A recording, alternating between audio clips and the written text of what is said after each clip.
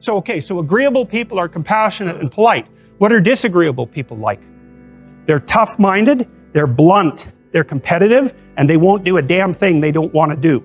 So it isn't exactly that they're aggressive, although they will push you the hell out of their way if you're in the way. They're not like volatile like you are if you're high in neuroticism. It isn't defensive aggression. It's more like predatory aggression. It's dominance behavior. And so for someone who's highly disagreeable, they look at the world as a place in which they can compete and win. And I'll tell you a story. I have a friend. I gave him my personality test, the Big 5 aspect scale that Colin DeYoung developed in my lab.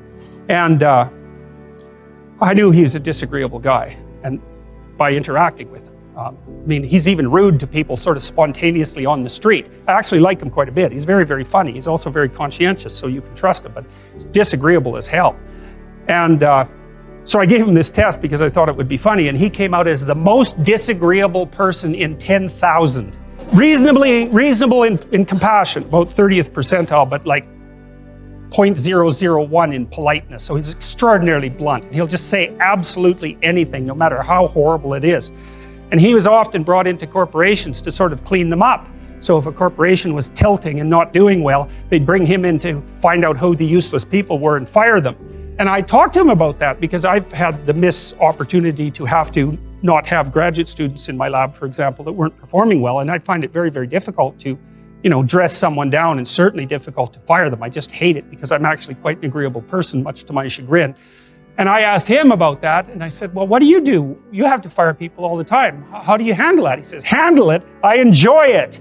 And I thought, wow, that's so interesting that someone would have that response. I said, well, what do you mean you enjoy it? He said, look, I go into these companies and I analyze the performance of groups of people, right? And in those groups, there are people who are really striving, really trying hard and working themselves really hard and being productive. And then there's these people that are just doing nothing. They're completely in the way. They don't carry their weight at all. They take advantage every chance they get. And they're always whining about why they can't work. It's like, I find out who they are, I call them into my office, and I tell them exactly what they've been doing. It's like, hit the road, buddy. You've had your run of it. And I thought, oh yeah, okay, fair enough.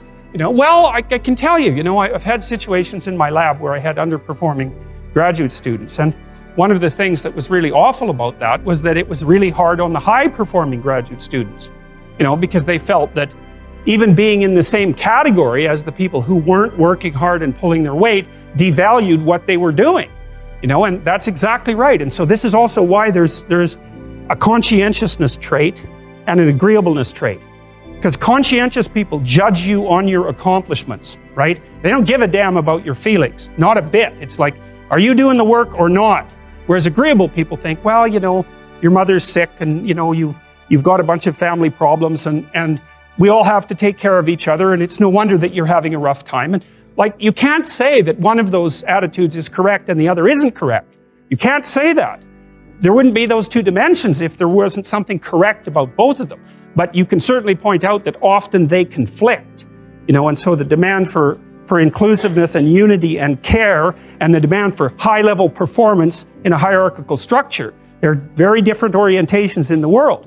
And so it's complicated for people who are agreeable and conscientious. And actually, I think often that large corporations, large institutions of any sort run on the unheralded labor of people who are high in agreeableness and high in conscientiousness, and they're disproportionately women. And my experience in large institutions has been that if you want to hire someone to exploit appropriately, no, not appropriately, if you want to hire someone to exploit productively, you hire middle-aged women who are hyper-conscientious and who are agreeable, because they'll do everything. They won't take credit for it and they won't complain. And that's nasty, and I think that happens all the time. And so one of the things you have to be careful of if you're agreeable is not to be exploited, because you'll line up to be exploited. And I think the reason for that is because you're wired to be exploited by infants. And so that just doesn't work so well in that actual world. And one of the things that happens very often in psychotherapy, people come to psychotherapy for multiple reasons, but one of them is they often come because they're too agreeable. And so what they get is so-called assertiveness training, although it's not exactly assertiveness that's being trained. What it is the ability to learn how to negotiate on your own behalf. And one of the things I tell agreeable people, especially if they're conscientious, is Say what you think. Tell the truth about what you think. There's going to be things you think that you think are nasty and harsh, and they probably are nasty and harsh, but they're also probably true. And you need to bring those up to the forefront and deliver the message. And it's not straightforward at all, because agreeable people do not like conflict. Not at all. They smooth the water. You know, and you can see why that is in accordance with the hypothesis that I've been putting forward. You don't want conflict around infants. It's too damn dangerous. You don't want fights to break out. You don't want anything to disturb the relative peace. You know, and if you're also more prone to being hurt physically and perhaps emotionally, you're also maybe loath to engage in the kind of high-intensity conflict that will solve problems in the short term. Because it takes a lot of conflict to solve problems in the short term. And, you know, if that can spiral up to where it's dangerous, which it can if it gets uncontrolled, it might be safer in the short term to keep the waters smooth and to not delve into those situations where conflict emerges. The problem with that is it's not a very good medium to long-term strategy, right? Because lots of times there are things you have to talk about because they're not going to go away. And so partly what you do with agreeable people is you get them to figure out, and they have a hard time with this too.